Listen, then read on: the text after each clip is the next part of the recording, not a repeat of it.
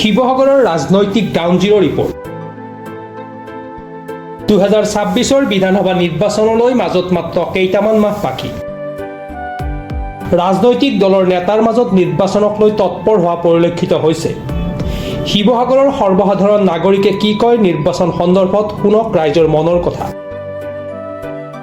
বৰ্তমান শিৱসাগৰৰ জনপ্ৰতিনিধিৰ বিষয়ে কি কয় আৰু আন ৰাজনৈতিক দলৰ টিকট প্ৰত্যাশী সম্পৰ্কে শিৱসাগৰ ভোটাৰে কি কয় চাওক আমাৰ এক প্ৰতিবেদন ইলেকশ্যন আহিছে প্ৰথমে নতুন বছৰ সবক শুভকামনা দিছো আপোনালোকে ৰাতিপুৱা আজি পাই গ'ল মই কাম কৰাবলৈ মানুহবিলাক আহিছিল আপোনালোকে পালে নতুন বছৰ শিৱসাগৰ সব ৰাজ্যক অসমৰ বাকী ৰাজ্যক সবক শুভকামনা দিছে আৰু ইলেকশ্যনৰ কথাটো এনেকুৱা হ'ল আমাৰ অখিলদাকে যোৱাবাৰ জিকিলে বা কিছুমান মানুহ বিবেকেদি ভোট দিলে বা তেওঁৰ মাকৰ কাৰণেও ভোট দিছে আমি বেয়া পোৱা নাই কিন্তু তেওঁ জিকা যিটো সুবিধা পাইছিলে চপাই কৰ্মচাৰীৰ কাৰণে বা শিৱসাগৰ সমষ্টিৰ কাৰণে কাম কৰিবলৈ তেওঁক সেইবিলাক দেখি নাপালোঁ তেওঁৰ অখিলদাৰ চেয়াৰমেন বোৰ্ডত নথকাৰ কাৰণে তেওঁ কি চপাই কৰ্মচাৰী খবৰ ল'ব নালাগে নেকি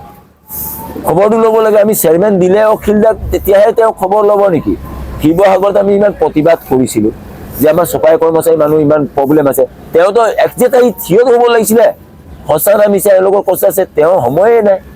এতিয়া তেওঁ বিধায়ক হৈ গ'ল জুৰিয়া ডিঙৰ শিৱসাগৰত তেওঁ নিজৰ সমষ্টিত তেওঁৰ সময় নাই মানুহবিলাক যেতিয়া প্ৰতিবাদ কৰে তেতিয়া তেওঁ অখিলদাৰ নাথাকে তেওঁক ভোট দিলোঁ আমি শিৱসাগৰ ৰাইজে দিলে তেওঁ গৈ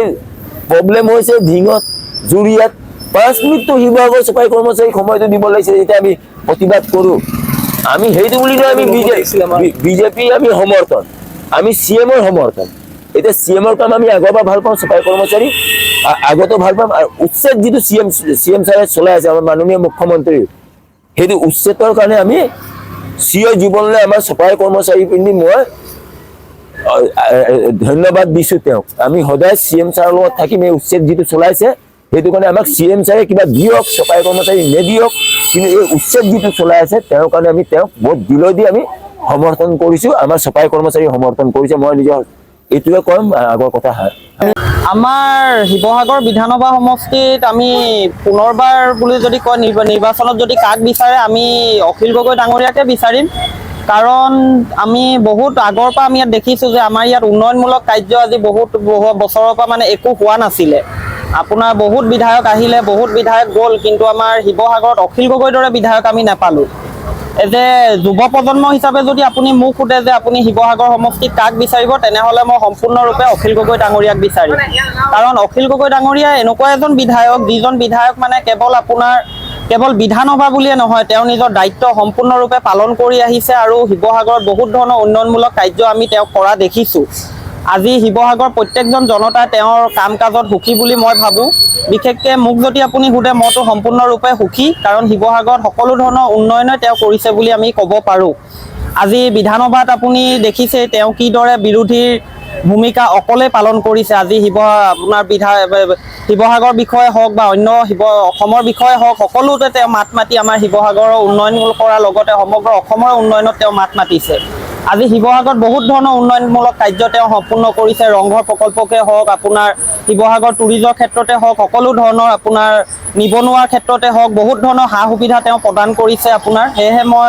ক'ব বিচাৰিম যে শিৱসাগৰত আমি পুনৰবাৰ অখিল গগৈ ডাঙৰীয়াকে বিচাৰোঁ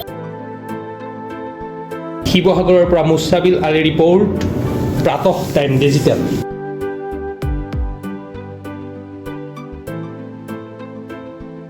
mobile plus physiotherapy wellness and rehabilitation centre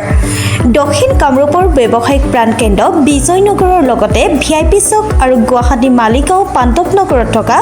তিনিওখন ক্লিনিক বৰ্তমান প্ৰায়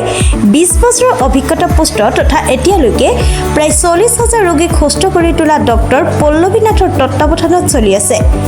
এই ফিজিওথেৰাপি চেণ্টাৰ তিনিটাত বৰ্তমান অভিজ্ঞ ডক্টৰৰ দ্বাৰা যিকোনো জটিল ফিজিওথেৰাপি চিকিৎসাৰ লগতে যিকোনো ৰোগীৰ ঘৰলৈ গৈ চিকিৎসা সেৱাৰ সুব্যৱস্থাও ৰাখিছে আমাৰ ঠিকনা mobile plus physiotherapy wellness and rehabilitation centre opposite Uparshali Bijoynagar SBI branch. আমাৰ VIP চকৰ ঠিকনাটো হ'ল VIP chowk near VIP bus stop Borjhar Guwahati. আমাৰ মালিগাঁও ঠিকনাটো হ'ল